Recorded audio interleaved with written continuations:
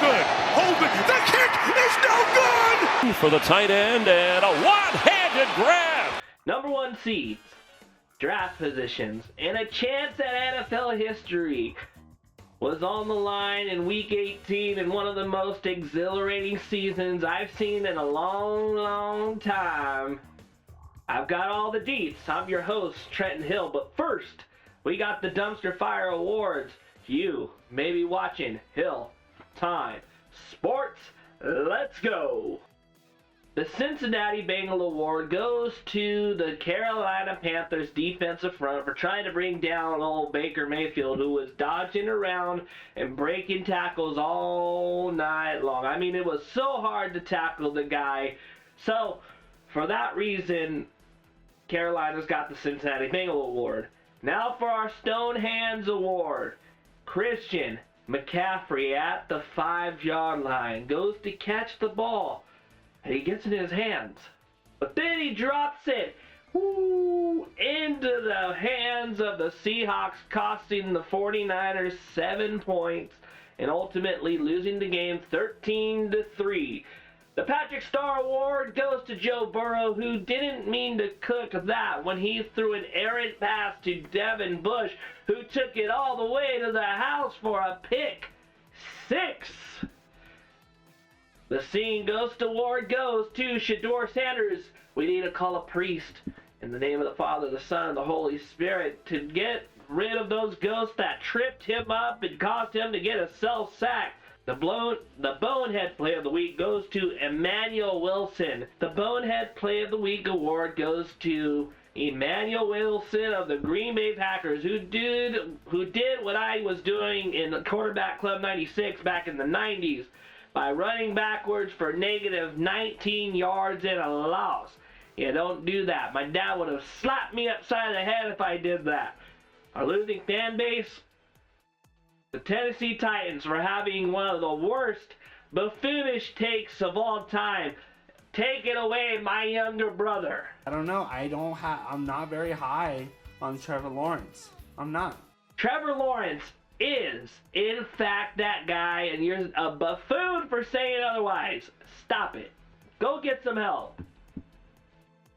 The Steve Sax Award, and if you've never heard of Steve Sax, he was a Dodgers player who had a lot of trouble fielding the ball at second base and throwing it to first. It got so bad that he got traded away, but it fixed itself. Brandon Aubrey, though, is 11 of 16 in 50-plus yard field goals, and he shanked another one in the game against the New York Football Giants. Collapse of the Week goes to Jonathan Taylor, who looked like an MVP candidate earlier on in the season, but once Daniel Indiana Danny Dimes Jones was gone, well, he had about 24 yards rushing. The Max Brosmer Award goes to none other than Max Brosmer, who tripped over his own line, got back up, thought the play was dead, got sacked and stripped.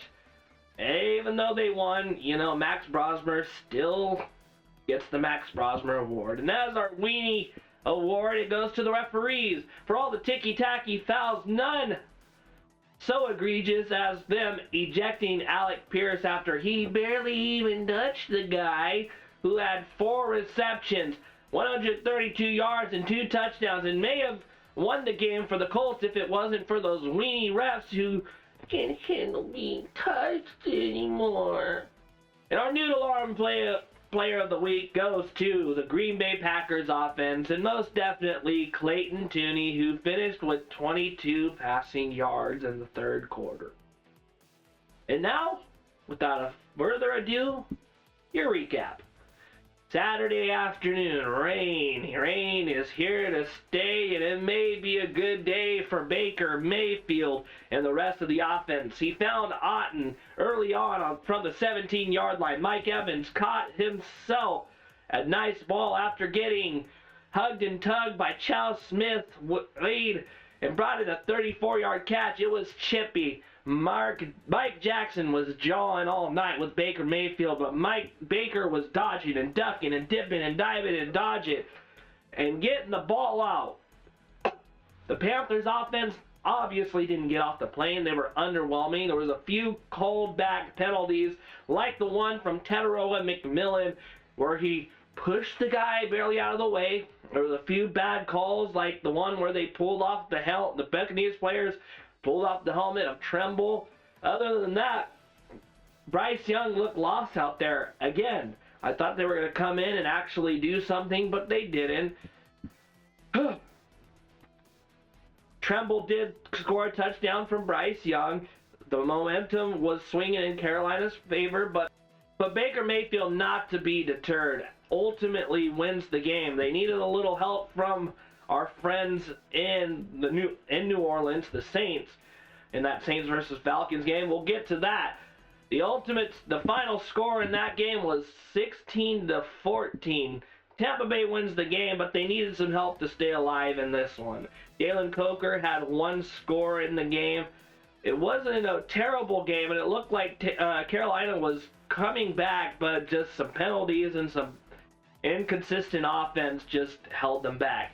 Now for the 49ers in Seattle Seahawks. Darnold in Seattle drove down the field with some good screens and then had to settle for 3 early on. JSN tried to walk a tightrope on a big freaking catch. Thought he got into the end zone, but he just didn't. As for the 49ers, they just couldn't get it going offensively. They scored 3 points. Purdy and crew just couldn't throw the ball because they were in a shootout game against the Bears, but this game at the goal line, Christian McCaffrey goes for the ball and then drops it into the hands of the waiting Drake Thomas of the Seattle Seahawks defense, ultimately ending the game. Darnold almost darnolded the game away, but ultimately they won 13-3. And on Sunday, and let's listen to this take again from my brother, who says that Trevor Lawrence is not that guy. Trevor Lawrence is not that guy. And now let's get the facts straight from the game. Third quarter, when the game was basically over, Lawrence had 231 yards, 3 touchdowns. The defense allowed only 7 points. Now granted, yes, Cam Ward was hurt with the grade 3 AC joint sprain. Antonio Johnson had a pick six. Parker Washington caught an absolute laser from old Trevor Lawrence, and then they rested their starters for the rest of the game. They won 41-7. In the Giants game, well, the Giants for the second week in a row didn't notice they were supposed to be tanking for the number 1 pick. Weren't supposed to be tanking. They could have gotten the number 1 pick still, but in a game against the Dallas Cowboys, they beat the brakes off of them. Dak exited the game in the third quarter. They held him to 70 yards passing in the first half. Jadon Blue had their only touchdown in the first half. Dart is showing flashes that he's going to be a good quarterback. 17 of 25, 231 yards, 2 touchdowns, dodging and ducking and dipping and diving and dodging all the way around the field before finding Daniel Bellinger, who took it to the house while he was scooting outside. 34-17, the final score. And there was no Dr. JJ and Mr. 9 in this game, unless you want to talk about the difference between the Vikings and the Packers offense. Harrison Smith may have played his final game in the NFL. He's 36 years old, or 36 years young, about the same age as I am. They held the Packers to 120 yards. Clayton Tooney rarely threw the ball, finishing with 34 yards. Left the game early.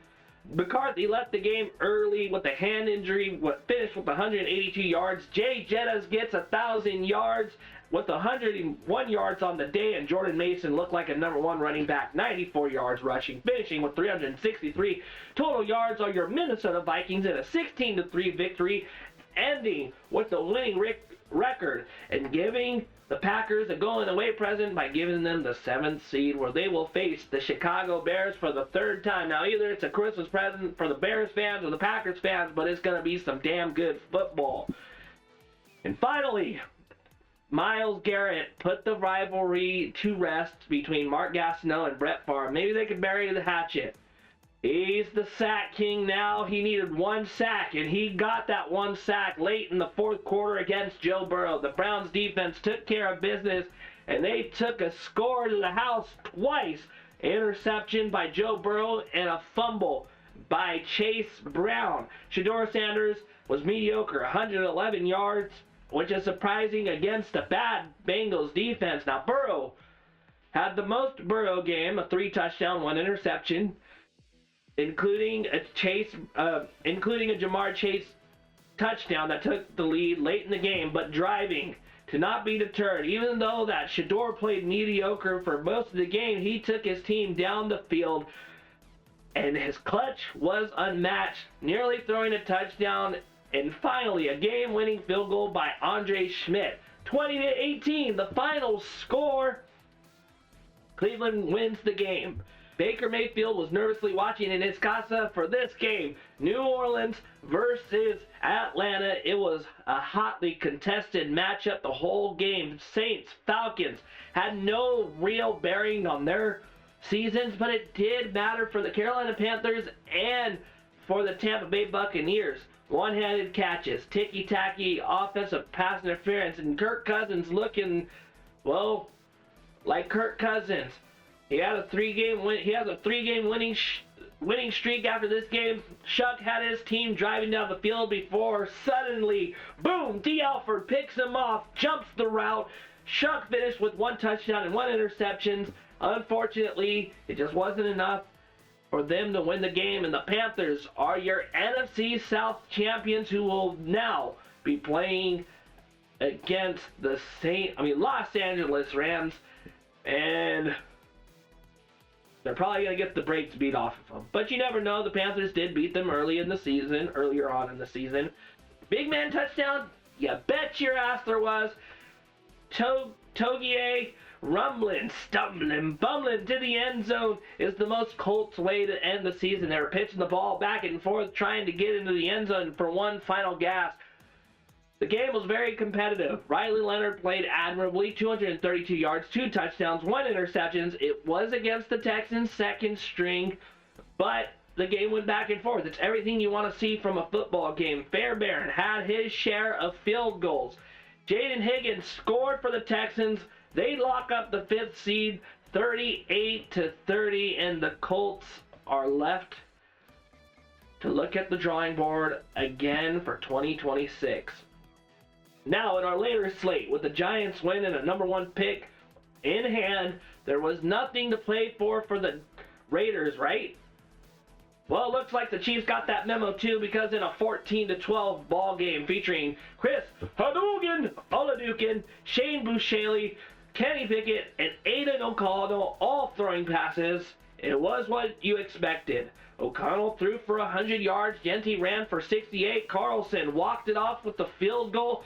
No end zones were found in the making of this game or the playing of this game. Buechele threw for 88 yards, and perhaps his final game, Travis Kelce had 12 yards receiving. Not the way you want to end your career, but you had a good run, Kelce. Enjoy retirement if that's the case. We don't have to discuss the Eagles game because I'll be covering that on probably Thursday. So, moving on. The Jets have done it. They've gone the whole season without an interception. Brady Cook finally threw a touchdown. Mitchell Trubisky looked like Josh Allen out there. I thought it was him. 4 touchdowns. Cook was sacked 5 times, and maybe the Jets have to think whether Aaron Glenn is one and done and fired. Bills move on to the 6th seed with a 35-7 win. They are going to take on, who are they going to take on? They're going to take on the 3rd seed, which would be the Jacksonville Jaguars. Yes! And I was about to ask whether Goff forgot how to play quarterback and if he was regressing, but Caleb Williams gift-wrapped the game for the Lions as well. Avonte Maddox is still playing for the Eagles, had an interception on Caleb Williams. 2 touchdowns, 1 interception for Williams. Goff, 331 yards. The running game with Gibbs finally got going. Too little, too late in the season, though. Kevin Byard's interception was nearly enough for the Bears' comeback. But again, at the end of the day, it was Jake Bates right down the turnpike, 4 for 5 on field goals, and the Bears had a chance to lose that number 2 seed, but the Eagles fumbled the bag also. So, the standings remain the same. Also, Sean Payton, 2011's calling, and they want their offense back. RJ Harvey is not Reggie Bush, and Bo Nix has a cannon of an arm. compared to Drew Brees. Now, I'm not saying Bo Nix is better than Drew Brees. Obviously, Drew Brees is in a league of his own, but run the frickin' football, Sean. The only touchdown of the game came from a Jaquavion McMillan interception. Trey Lance fumbled the ball. Broncos missed the sack record by 4 or 5, and we had our share of overthrows in the game. Sean Payton, evolve or get out of the game. Either retire or evolve with the game. Run the frickin' football already. They still get the number 1 seed, but are you really happy that with the way your offense played? You let me know in the comments. As for the Rams and Cardinals, it looked like it was going to be a close game for a while. The Cardinals, led by Jacoby Brissett, were up 20-16 in the third quarter before Stafford turned up the juice. And just when you thought the Los Angeles Rams were broken, well, we got Tyler Higbee scoring a touchdown. Welcome back, my friend. Also, what about this catch from Puka Nacua, who made all of his 24 yards count today? Witherspoon picked off Brissett. There was not a McBride sighting in the end zone, but we got a Michael Wilson in the end zone this time. 37-20, the final score. LA is going to have the 5th seed, and they will be taking on the Carolina Panthers this week. Drake May and the Patriots were against the Jalen Waddle and Achan-less Dolphins. Yours, I thought, was decent. Threw 1 interception and 1 touchdown. 16 of 23. Jalen Hawkins got a pick for the Patriots. May efficient, 191 yards and a score. The running game was too much for Miami. 131 yards for Ramondre Stevenson and 56 from Trevion Henderson. 4 total touchdowns for the both of them. Overall, it was a blowout against another inferior opponent, and they've got to do something against some playoff teams, and they got the chance to do that when they play against the Buffalo. No, not the Buffalo. Who are they going to play? They play the 7th seed. 7th seed would be the Chargers, I believe. Yes, they'll play against the Chargers. 38-10, the final score. And as for the steel curtain, it hasn't been around since the 70s, but the new defense should be called the papier-mâché curtain. It was slashed and gashed early on by Derrick Henry, who was playing very well early on, but was stuffed later on. Devontae Walker had a touchdown from Lamar Jackson on some blown coverages. Zay Flowers got behind Jalen Ramsey, and Zay Flowers is known to make bonehead plays, but when he is on, he is good. Lamar Jackson threw for 3 scores. An interception from TJ Watt, though. Aaron Rodgers, in a much-needed crunch time, showed why he is one of the greatest of all time. He finished with 294 yards and a frickin' throw to Calvin Austin to the left-hand sideline in for a touchdown. But Boswell misses the extra point, and the Ravens are driving down the field. And right when you think the Baltimore Ravens have it in hand, Tyler Luke walks out onto the field and shanks the ball to the right. I guess that Catholic priest should be thanked for blessing the field on that end zone right before the game.